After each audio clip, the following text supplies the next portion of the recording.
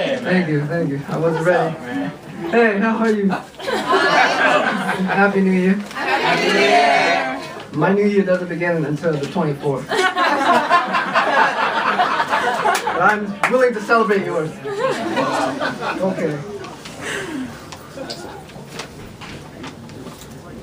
I have no celebratory poems, so. The touch. We slept on the floor,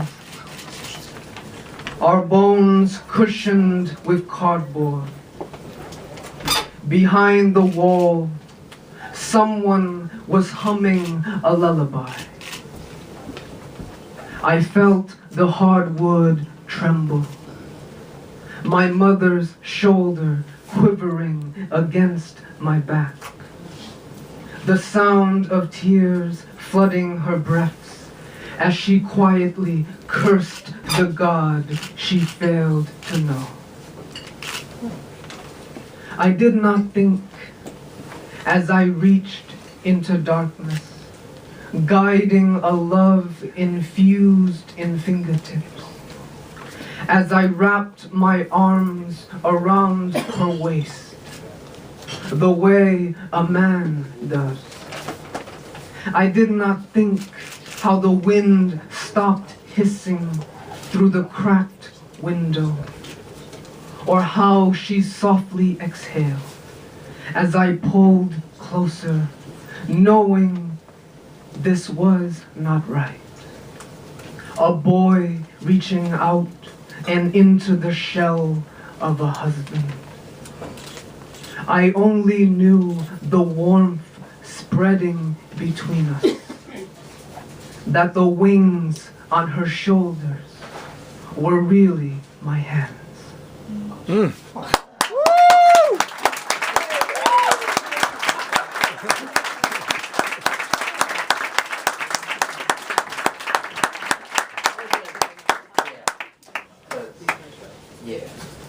Okay, 2 more poems. A lot of great poets tonight, so keep it rolling. This poem is titled Moonless.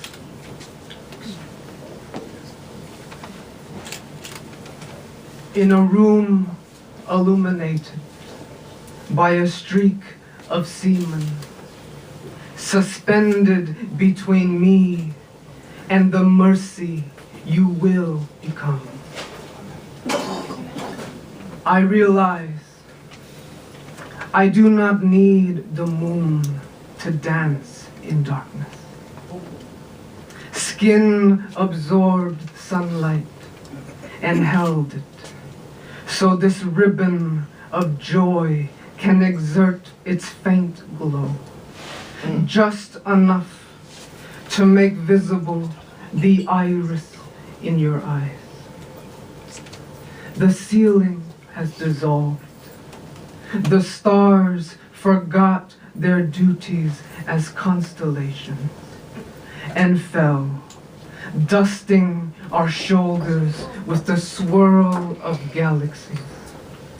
With fingers, we sweep the curves of these cheeks, bless tongues with drops of salt and silver. Tonight, the walls are crumbling.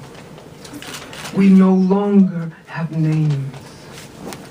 Tonight, we become at last the tasters of light. Woo!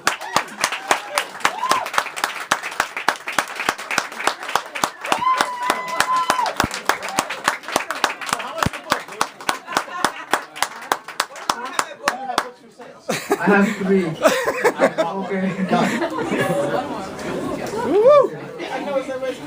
Okay, with one more and that's it. We love you, Ocean. It was great to be here with all of you. Thank you for having me.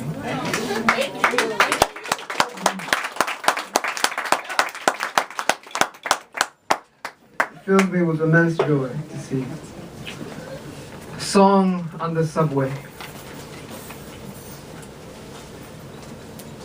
Rush hour on the A train. A blind man staggers forth, his cane tapping lightly down the aisle. He leans against the door, raises a violin to chin, and says, "I'm sorry to bother you, but please, just listen." And it hurts, the word sorry, as if music should ever be forgiven. He nuzzles into the wood like a lover, inhales, and at the first slow stroke, the crescendo seeps through our skin like warm water. We who have nothing but destination, who dream of light but descend into the mouths of tunnels searching. Beads of sweat fall from his brow, making dark roses bloom on the instrument. His head swoons to each chord exhaled through the hollow torso. The woman beside me has put down her book, closed her eyes. The baby has stopped crying. The cop has sat down, and I know this train is too fast for dreaming, that these steel jaws will always open to swallow a smile already lost. How insufficient the memory to fail before death.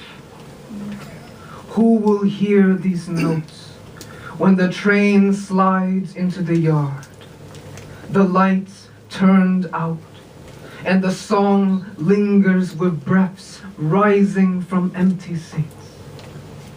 I know I am too human to praise what is fading, but for now, I just want to listen as this train fills completely with warm water, and we are all swimming toward the man with Mozart flowing from his hands. I want nothing but to put my fingers inside that mouth. Let that prayer hum through my veins. I want to crawl into the hole in his violin. I want to sleep there until my flesh becomes music. Woo!